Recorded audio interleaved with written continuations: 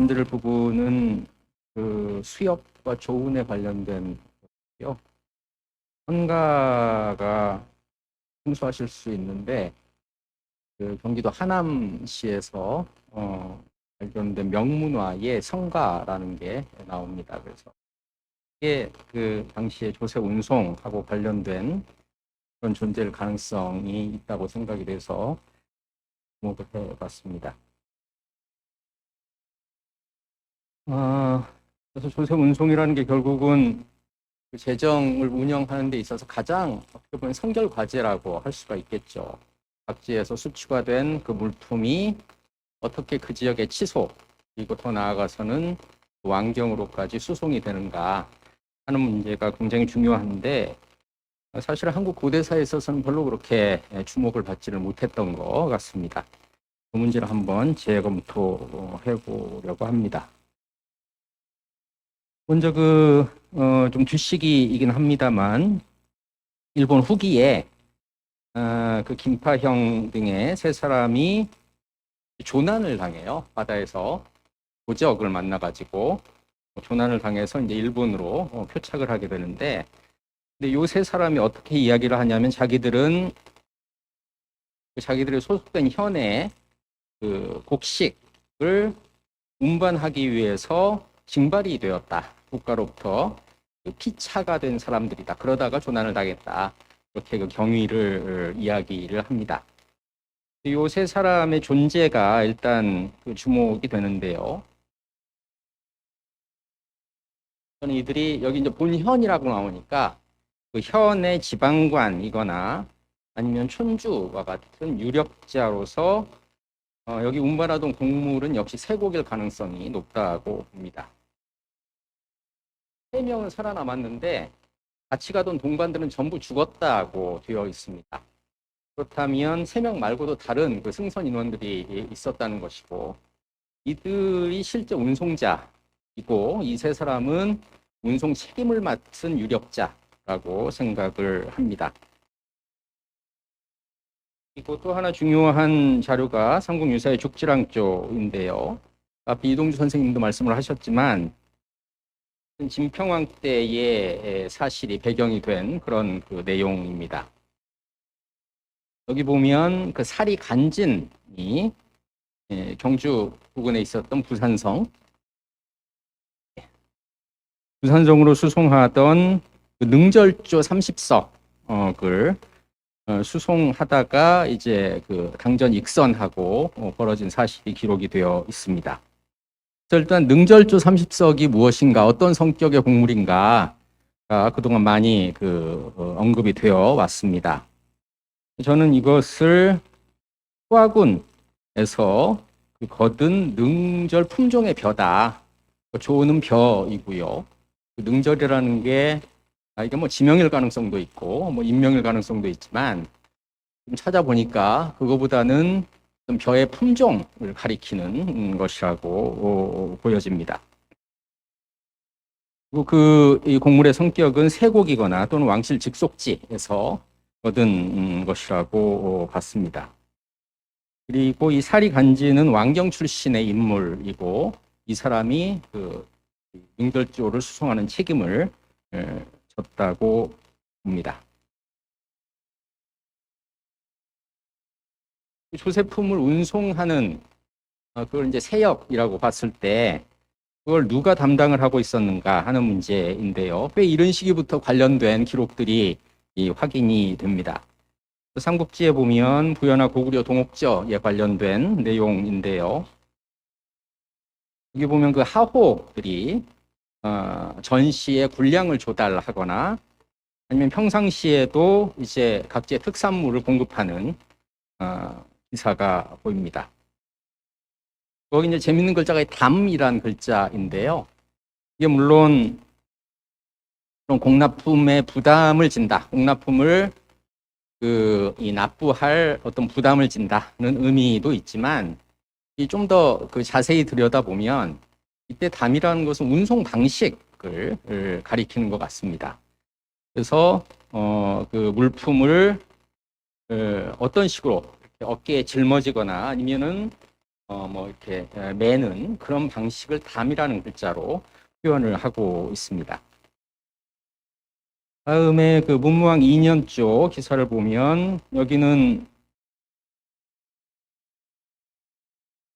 고구려를 공략할 때 신라 군사가 평양성에 주둔하고 있었던 평양성을 공략하기 위해서 들어와 있었던 당군에게 군량을 조달하는 그 모습이 언급이 되어 있는데 여기에 보면 수레나 아니면 우마 그리고 선박까지 동원이 되고 있습니다.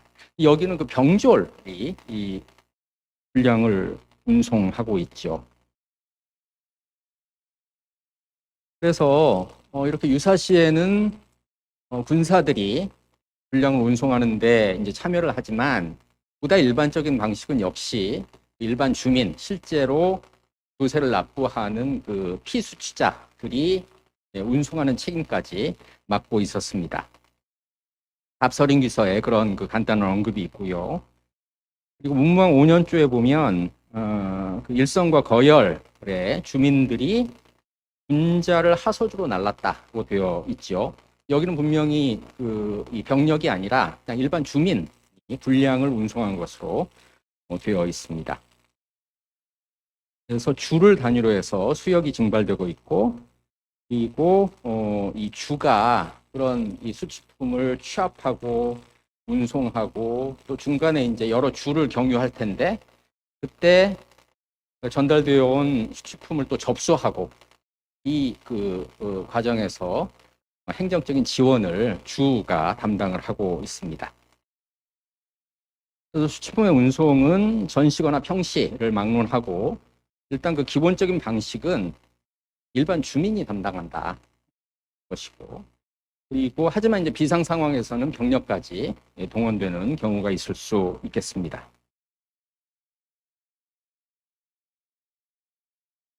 이건 이용현 선생님도 잠깐 그 제시를 하셨지만 성산산성 목간에 보면 관문성 지역에 공무를 그 나르는 그 사람하고 그 소속된 행정구역령이 나오고요. 맨 뒤에 지거 무슨 글자, 뭐 갈지자일 가능성이 큽니다. 그다음에 오구 목간에도 마찬가지로 거지가 나오는데 이거는 이 물자를 가지고 갔다는 의미입니다. 그렇다면 복지차하고 2차지는 그 운송을 담당한 사람일 것입니다. 이들이 그 세곡을 납부하고 또한 운송까지 담당을 했는지 아니면 납부자는 따로 있고 그 사람의 일종의 뭐 위탁을 받아서 운송만 담당을 했는지 그거는 요 목간을 가지고 알 수는 없지만 어쨌든 이런 일반 주민이 그 운송에 참여를 하고 있다는 것은 분명한 사실입니다.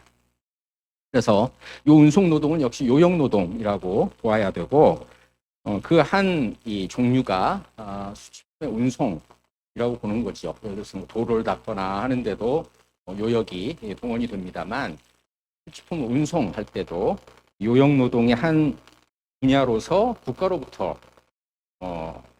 징발되는 그런 방식이었습니다. 일반 주민이 어떻게 운송을 했을까 이게 참 궁금한 내용인데요. 이번에 제가 좀 여러 자료를 찾다 보니까 그 신라 때 토우가 굉장히 재밌는 사례를 보여주었습니다. 뭐 시기는 알 수가 없지만 왼쪽에 보시면 이거는 아마 지게였다고 생각이 돼요. 뒤에 무슨 분명히 어떤 용기를 나르고 있는데 거기 보면 뭐 물론 요즘의 지게하고는 형태가 틀립니다만 어떤 기구를 이용해서 그 용기를 고정하고 있는 모습이고요.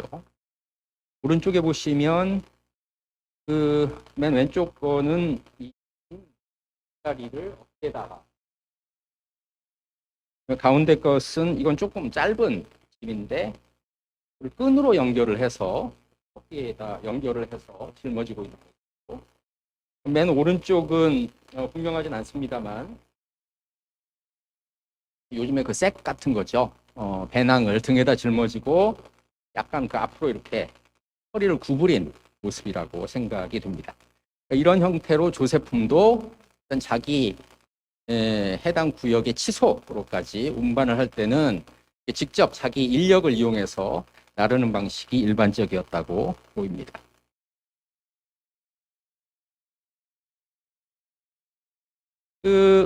앞에 문헌에도 나옵니다만 수레나 우마도 물론 사용이 됐습니다. 그래서 일단 1차 납부처에 수합된 수치품을 다음 장소로 대량 좀 더 빠른 속도로 운송을 해야 될 때는 이런 수레나 우마가 사용이 됐습니다. 그래서 저는 이제 이걸 1차, 2차, 3차 운송으로 한번 나누어 봤는데요. 하지만 기본은 인력을 이용해서 직접 나르는 방식이 기본이었다는 것이고, 3차 운송에서 그 중간 집결처에 모아진 수집품들이 다시 인력을 이용해서 최종 항구와 같은 납부 장소까지 운송되는 방식을 상정을 해 봤습니다. 거기에 따라서 운송의 책임자도 달라질 수밖에 없겠죠.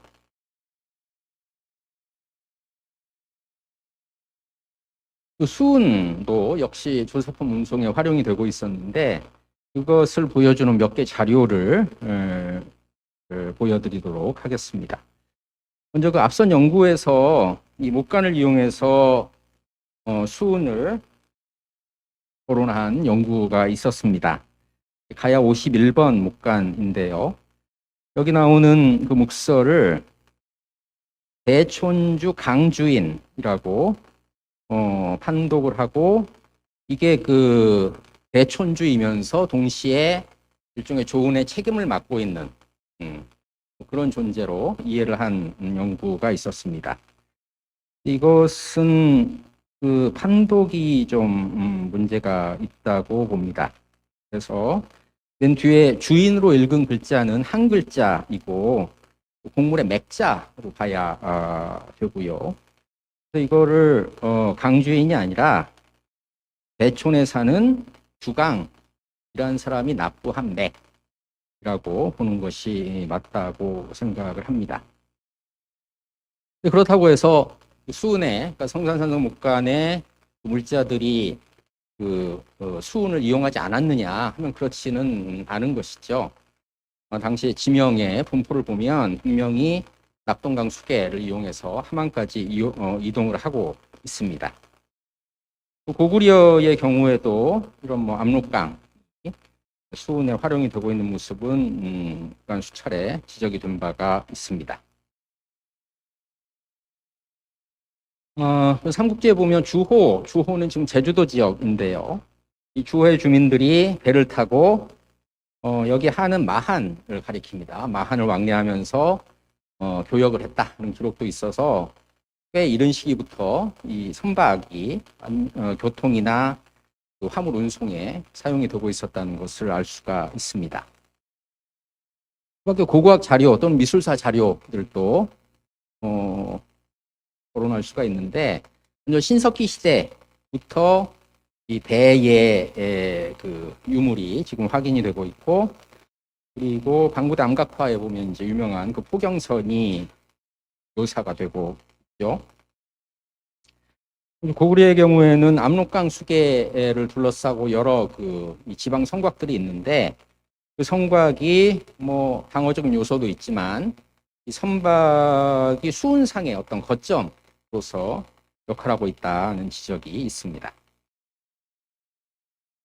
근래의 그 유적 중에 재밌는 유적이 충남 영기군 나성리 유적인데요. 요 그 모식도는 그 충남대 박순발 선생님이 이제 작성을 한 것인데, 여기 보면 일단 이 그 취락은 4세기 말 그리고 한성기 말까지에 해당하는 유적입니다. 백제 지방의 촌락 중에서 아주 그 특이한 유형이라고 평가를 받고 있고요. 왜 그러냐면 이 취락지 안에 그 다락식 창고가 아주 정연하게 배열이 되고 있습니다. 수공업 그 공방도 있고, 또 재밌는 것이 빙고가 있어요. 얼음 창고가 확인이 됐고요. 그리고 토성이나 묘역 그리고 수장의 어떤 거소까지 확인이 되었습니다. 이게 금강줄기 바로 연변에 있기 때문에 이건 분명히 수은의 편리성을 입지한 고려한 입지라고 생각이 됩니다. 이 밖에도 원신흥동 유적, 그 백제 시기에 그런 수은과 관련된 또는 조은과 관련된 유적이라고 생각이 되고, 그리고 가야 시기에도 여러 그 가야의 항구 시설을 보여주는 고고학적인 증거라든지 아니면 문헌 기록들이 확인이 됩니다. 다음에 문제는 이제 신라인데요. 경주가 이 지리적으로 보면 상당히 수은에는 좀 상대적으로 불리한 조건인 것은 분명합니다. 하지만 이 경주를 둘러싸고 그 하천이 분명히 자리를 잡고 있고, 그리고 밀양 쪽으로는 동창천 밀양강을 통해서 나아갈 수가 있고, 또 동남방면으로는 동천강 방구동을 통해서 해화강을 통하면 동해로 빠질 수 있는 그런 이 그 하천하고 연결이 되고 있기 때문에 신라의 경우도, 신라의 그 왕경인 경주의 경우에도 수은을 이용할 수 있는 기본적인 조건은 갖추고 있었다라고 봅니다. 신라에 관련된 유물로 그 유명한 금영청 출토의 주형토기가 있고, 근래에 발견된 주형토기들 중에 대구에서 발견된 것은 이건 중구조선의 모습까지 보여줍니다. 그러니까 단순하게 통나무 이렇게 속을 파는 거에서 더 나아가서 통나무를 쪼개가지고 양쪽으로 벌리고 그 가운데다가 저판을 깔게 되면 적재 공간이 훨씬 늘어날 수가 있죠. 그리고 배를 띄우고 조정하는 데 훨씬 안정성을 기할 수 있기 때문에 이거는 이제 보다 발전된 형태입니다. 그래서 한 단계 더 발전하면 이제 구조선까지 나아가게 되는데, 구조선은 아마 고려식이 들어가야지 등장을 하는 걸로 보는 것 같습니다. 월제 출토 배도 있고요. 가장 이 발전된 양상을 보여주는 게 영흥도선입니다. 신라 말에 배 유물인데, 이것은 중국 쪽으로 갈 수 있었던 교역선이라고 보고 있습니다. 다음에 이제 재밌는 자료가 그 천전리 각석에 보이는 배의 그림입니다. 이걸 뭐 다시 한번 보면서 굉장히 깜짝 놀랐는데요. 뭐 좀 흐립니다만, 그 여기 기마 인물 행렬도가 있고 그 위에는 명문이 새겨져 있습니다. 그다음에 그 뒤편에 이제 배 두 척이 묘사가 되어 있는데, 이 배가 과연 어떤 배일까 하는 거지요. 그건 뭐 문헌 기록, 뭐 명문 같은 게 없기 때문에 사실은 추정이 힘들긴 합니다만, 이 뒷배부터 보면 그건 어선인 것 같아요. 이 그 바다 쪽에, 그 파도 쪽에 이렇게 그 삼각 표시가 되어 있는 게 파도가 아니라 이 그물이라고 생각이 됩니다. 그 뒤에 배는 어선이고 앞쪽 배는 여기 보면 물자를 아주 이 일정한 단위로 포장을 해서 적재한 모습이 보이는데, 이것은 화물선이라고 볼 수가 있는 것이죠. 그래서 이거는 국내의 어떤 물자를 그 왕경으로 수송하던 화물선일 가능성이 있다. 그 물자는 식품이라고 생각을 합니다. 신라의 좋은 체계 형성에 대해서 말씀드리겠습니다. 일단 조은제가 실시가 되려면 기본적으로 조선술이랄까 아니면 항해술이 어느 정도 수준에 올라와야 됩니다. 일본 서기에 꽤 이런 시기의 것이지만 신라에서 조선 장인을 보낸 기록이 있습니다. 신라가 점차로 낙동강 수계까지, 그리고 또 나아가서는 한강 수계까지 접근하는 양상이 한국 사기에 언급이 되고 있습니다. 국제적으로 조은에 관련된 중앙 관부가 등장을 합니다. 초기 기록으로 유래 때에 외가 침범을 하니까 거기에 대응하기 위해서 배를 고치고 무기를 수리했다 하고 되어 있습니다. 그러니까 배라는 게 초기에는 군사적인 목적으로 분명히 운용이 되고 있는 양상이고요. 지증 때가 되면 여기 장빙하고 주주배 기사가 같이 열거가 되어 있습니다. 재밌는 것은 아까 충남의 영기군 나성리 유적에 보면 거기에 이제 그 장빙고가 있단 말이죠. 빙고가 있습니다. 빙고라는 게 물론 기본 기능은 얼음을 저장하는 것이지만 그것뿐만 아니라 일종의 그 냉동 창고 역할을 할 수 있는 거죠. 그래서 수공업장에 어떤 물건을 만들기 위한 기본 원자재, 반제품 이런 것들을 저장하는 그런 역할도 했다고 생각이 듭니다. 지증 때 보면 장빙의 제도 그리고 주주배 이익을 확대하기 위한 그런 그 조치를 취하고 있습니다. 진평왕대 선부서가 먼저 설치가 되고 다음에 이제 마침내 문무왕 18년에 그 선부가 설립이 됩니다. 그래서 문무왕 18년에 그 선부의 설치가 저는 그 신라 조은제도의 제도적인 성립을 보여주는 조치라고 생각이 되고 이게 이제 한 단계 더 발전하면 직권제 보이듯이 경도광 때는 이게 수출품 운송뿐만 아니라 대내외 교역에도 그 국가가 보유하고 있던 선박이 활용되는 그런 단계로까지 나아가는 것 같습니다. 예, 그런 이야기고요. 월성 해자 문서 목관에 보면 여기에도 주가 나옵니다. 그리고 그 주를 통해서 올라온 지방의 어떤 사건 보고를 다시 이제 그 담당자에게 전하는 그런 양상이 보이고 있는데 이 굳이 주를 언급을 하고 있는 것은 그것이 국가의 공식적인 선박이었기 때문이라고 보입니다. 그러니까 이 단계가 되면 분명히 국가 단위에서 보유하고 그 운용하는 어떤 시스템이 갖춰져 있었다라고 볼 수 있죠. 다음에 초기에 말씀드렸던 그 하남시 발견 명문화인데요. 경기도 포천군 반월산성에서 이 가장 왼쪽에 명문화가 발견이 됐습니다. 그 명문은 마홀수 해구초라고 되어 있는데요. 마홀이 바로 이 포천 지역의 지명이고요. 해구는 그 하남시 선동 지역, 그걸 당시 해구라고 불렀고, 그다음에 초가 이 기와를 뜻하는 단어입니다. 그래서 이것은 마홀이 받은 또는 마홀이 받을 그런 기와인데 그 기와는 해구에서부터 공급이 됐다라고 있습니다. 마홀이 기와의 소비처고 해구가 공급처. 그리고 오른쪽 그 중간 것은 그것도 기본 구조는 같습니다. 북한이고요. 북한 지역에서 받은 여기는 해구 앞에 그 나라 국자가 들어 있습니다.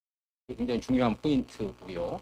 그 다음에 선이 나오고 맨 오른쪽도 마찬가지로 같은 지역에서 발견이 된 건데 여기도 보면 위아래가 깨져 있습니다만 이 글자가 이게 선자입니다. 그러니까 배주자가 있고 오른쪽 변에 그 일반적인 선자가 아니라 공자, 공변들 공자를 쓰는데 그것도 역시 선자로 통용이 되는 글자죠. 이거는 역시 성가이고 이 밑에 보이는 글자는 초, 그 기와를 가리키는 초자라고. 경기도 광주군 그 설리 하남시 선동에서 나온 그 명문화의 기본 형식은 지명, 수, 해구의 형식. 이 지명에 열거가 되어 있는 이곳들이 대부분 통일신라의 그 한산주에 소속되어 있는 군현.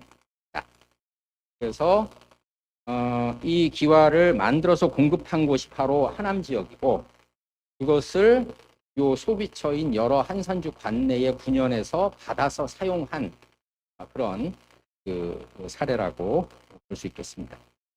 해구에 대해서는 근래 이제 연구가 나왔는데 현재의 고덕천 서울 고덕 지역의 고덕천이 그 현재 지명이 그 개내라고 합니다. 이 해자가 개거든요. 그래서 아마 해구도 요 근처 그러니까 지금 현재의 하남시 선동 지역으로 비정을 하고 있습니다. 그렇다면 이 해구 그다음에 선가 또는 뭐 선우가 나오는데요. 그 선가의 실체가 무엇일까를 한번 생각을 해봤습니다.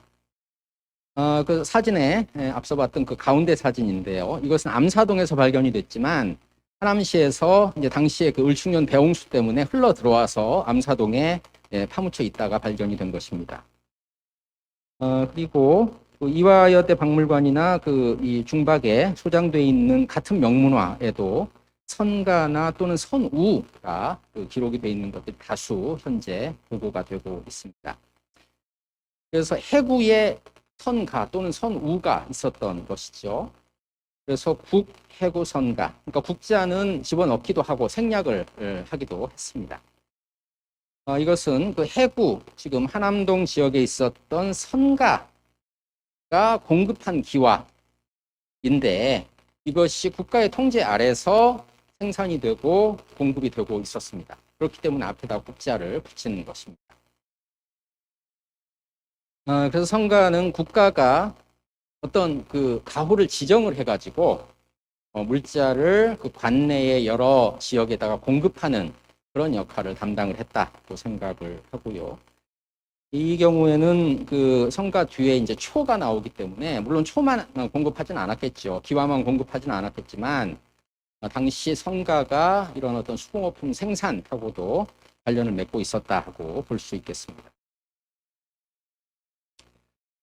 자, 이것이 이제 왕경으로의 수치품 운송에도 적용이 될 수 있을 텐데요. 재밌는 것은 이 하남 지역에 있었던 그 해구 바로 인근에 당시 한산주의 주치가 있었다는 것입니다. 바로 그 하남시 지역에 이성산성이 있는 그 지역을 이제 치소로 보고 있는데 여기서 이제 취합된 수치품이 있었겠죠. 그러니까 한산주 관내의 수치품이 취합이 되면 그거를 이 하남 지역의 그 해구 지역, 여기 이제 부경 포구가 있었던 것입니다.